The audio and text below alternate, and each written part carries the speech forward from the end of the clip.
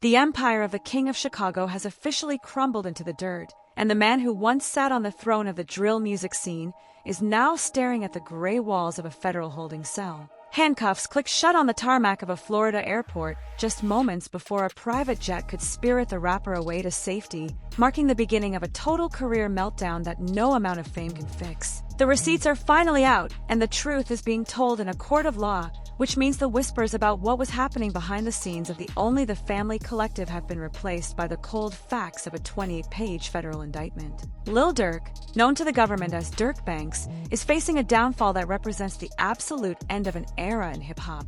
This is no longer about rap beef or internet rumors, because the federal government has presented a case that describes a calculated and professional murder-for-hire plot. The trap has finally closed on the man who thought his millions made him untouchable, but the reality is that the feds do not move until they have every single piece of evidence they need to secure a win. The documentation filed in the U.S. District Court for the Central District of California shows that agents have been watching every single dollar and every single move made by the OTF Inner Circle. This massive legal disaster began the moment federal marshals intercepted Durk while he was allegedly trying to flee the United States on a series of private flights. He was not picked up during a routine stop or a random search, but was instead tracked through 3 different flight bookings to Italy, Switzerland, and Dubai. The feds were 3 steps ahead of him the entire time, which proves that the walls were closing in long before the public knew the truth.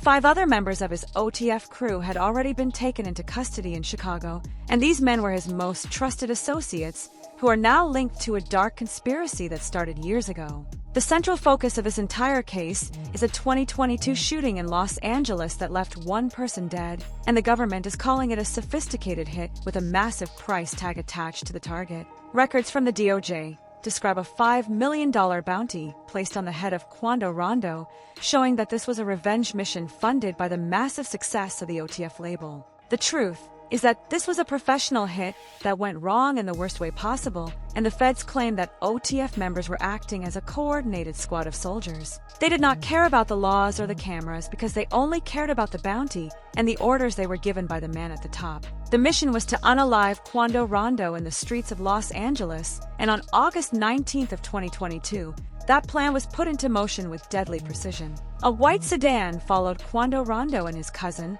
Lul Pab, to a mobile gas station on Beverly Boulevard, where the surveillance footage captured the terrifying moments of the attack. Masked men jumped out of their vehicles and opened fire in broad daylight, showing that they were not looking for money or jewelry, but were only there to collect the bounty. Quando Rondo managed to survive the hail of bullets by diving for cover, but his cousin was not so lucky, and Lul Pab was offed right there at the gas station. This tragedy was the direct result of a long-standing feud that had already claimed too many lives in the world of Chicago drill music. The feds say the motive for this $5 million hit was simple and clear, and it all traces back to the death of King Von. When King Von was unalived in Atlanta back in 2020, it changed everything for the Chicago rap scene, and the loss left a hole in the OTF empire that could not be filled with music alone. The streets wanted justice, but the feds claimed that Durk wanted a professional execution to avenge his fallen brother.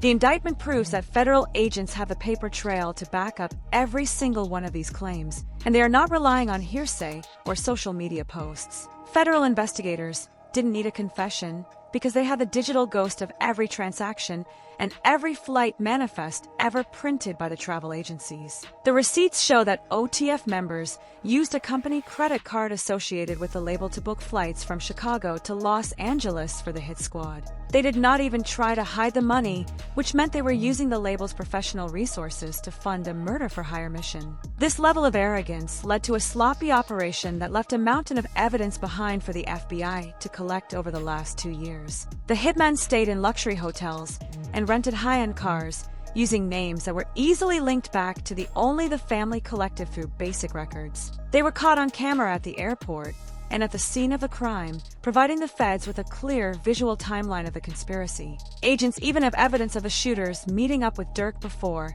and after the incident took place, And this is why the case is so devastating for the legal team.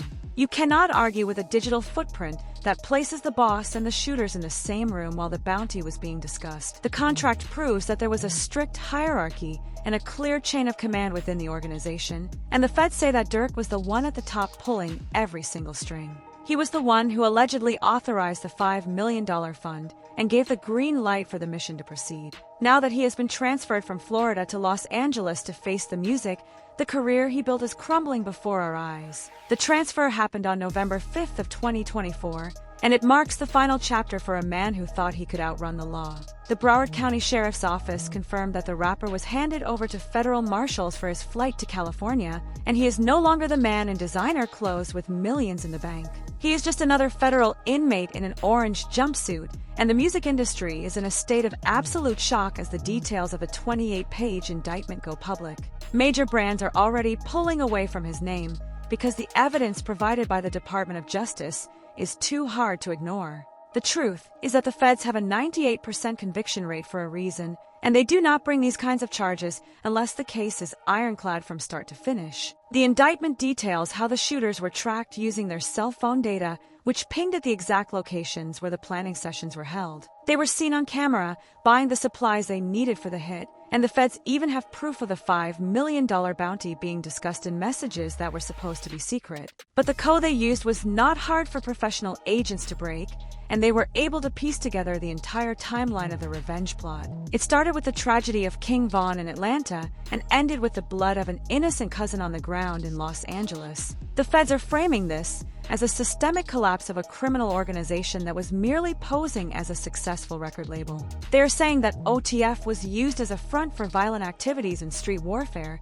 and that is why the charges are so incredibly severe for everyone involved. We are talking about conspiracy to commit murder for hire and the use of a firearm in a crime of violence resulting in death, which are charges that carry a mandatory minimum of life in prison. There is no parole in the federal system, which means if he is convicted, he will never walk free again for the rest of his natural life. The $5 million bounty is the specific piece of evidence that shows the massive scale of the operation and the intent behind it. It proves that this was not a heat-of-the-moment mistake or a random act of street violence, but was instead a business transaction involving the life of another human being. The documents also show that the shooters were promised high-ranking positions within the OTF label if they successfully completed the job.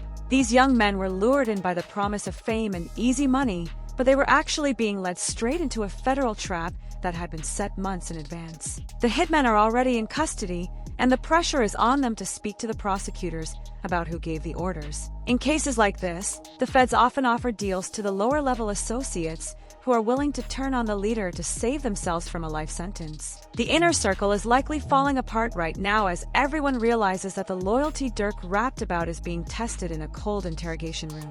The receipts were about to go public, and everyone in the camp knew that the end was near, which is why the attempted flight to Italy was a clear sign of a man in panic. Durk tried to get to a country without an extradition treaty to avoid the consequences of his actions, but he was simply too slow for the FBI agents who were monitoring his every move.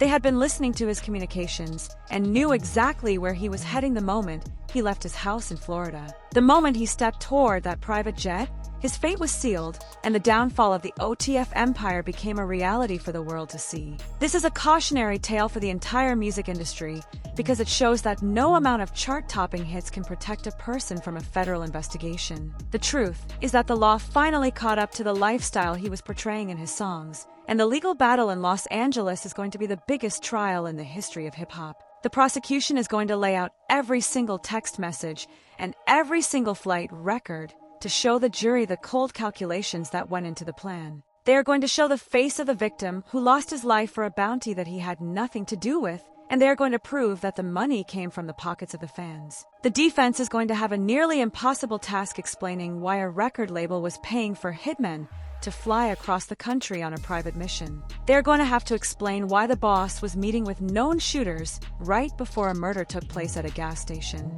The receipts do not lie, and the feds have thousands of them to present during the trial. The contract proves that this was an organized effort to eliminate a rival and settle a score that should have been left in the past. The violence that started on the south side of Chicago has finally reached the federal courts in California, and there is no way out this time.